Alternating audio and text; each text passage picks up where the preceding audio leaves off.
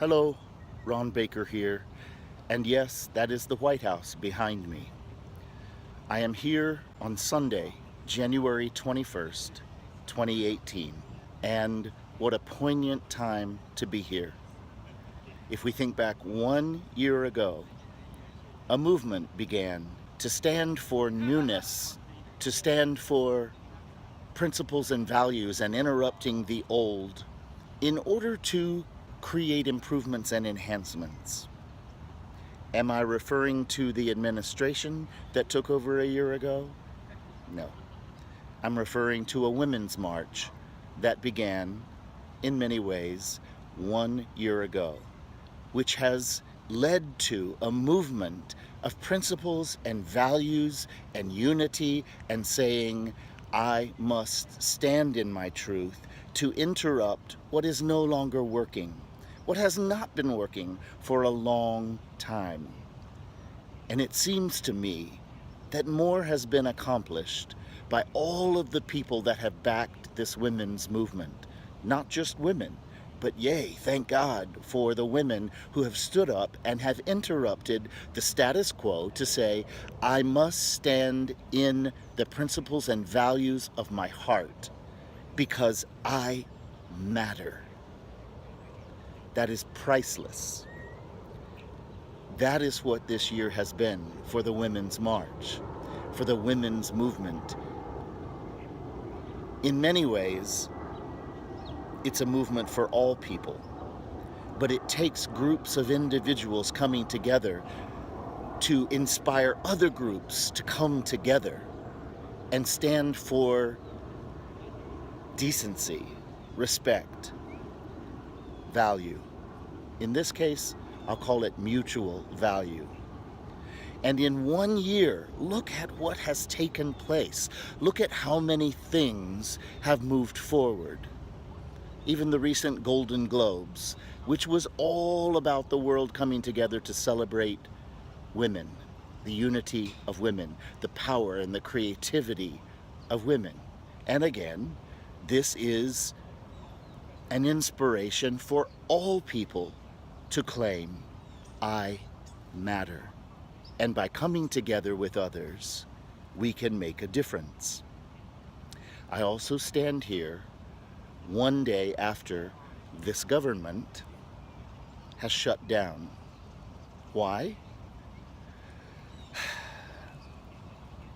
In many ways, the opposite of what I just named.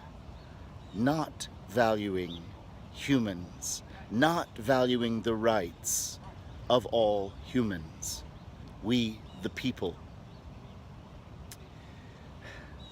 In many ways, the reason the government has shut down is because of a vote where individuals in Congress, some on both sides of the aisle, it was not Democrats versus Republicans fully in this case.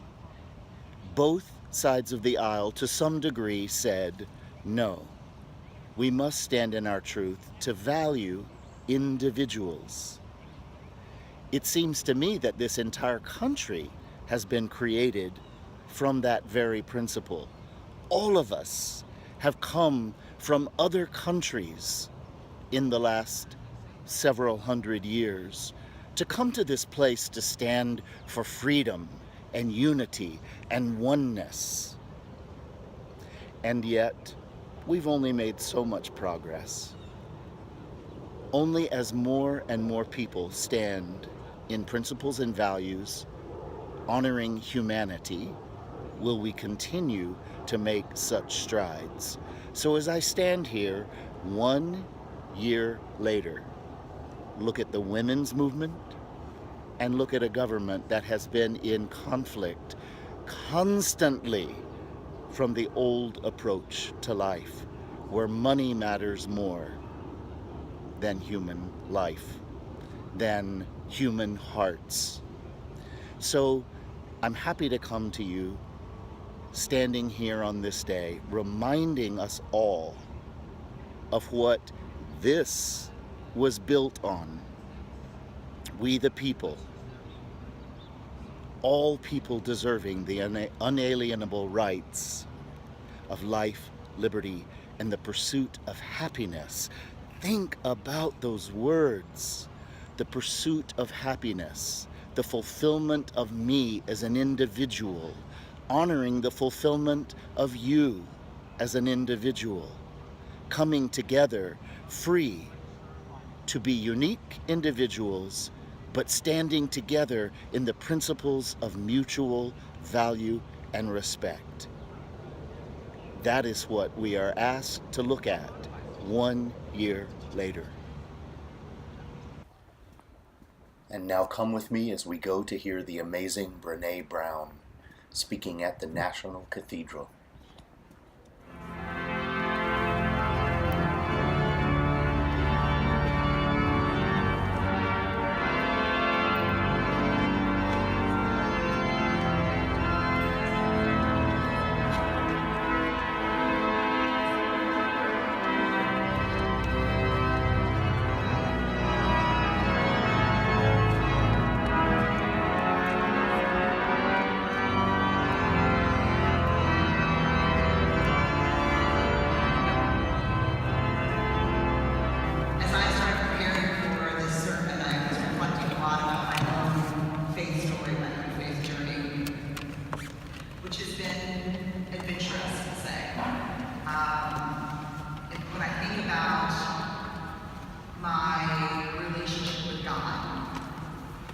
I would describe it as an amazing love story. And I think if we were hanging out with another couple, they might say, wow, they still have that spark. Like, after all these years, they're still passionate. And I think that's true. My relationship with church is a different story. It's been a lot rockier and a lot more difficult. I think if you were a couple who hung out with us, you'd probably say, look, be together, break up, whatever, just choose. You're making us crazy and it's not good for the kids. Pick one. And I was thinking about that a lot. Like, maybe I need to do a couples therapy with church. I'm not so sure, but that's what we do, right? And I think if we went to couples therapy, me and church, I think the therapist would say, what's wrong? I'm like, church drives me crazy. I just can't do it anymore. I'm done. Be very specific, Brene. Well, here's the thing. We have to talk about social justice issues or it's not church. We need to talk about race and sexism, homophobia, sexism, and Islam. All the isms and phobias we need on the table and addressed.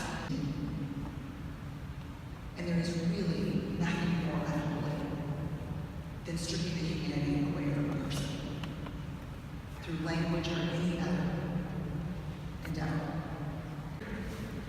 And that's why I want this church to be, because there's name calling and words that are dehumanizing, but there's also things we do that we need to do better. Where's the big sign that says, "EU, we here belong"? Our debates about the LGBTQ community, they should be done. They should be done. They should be here. You know, what God has brought together, let go.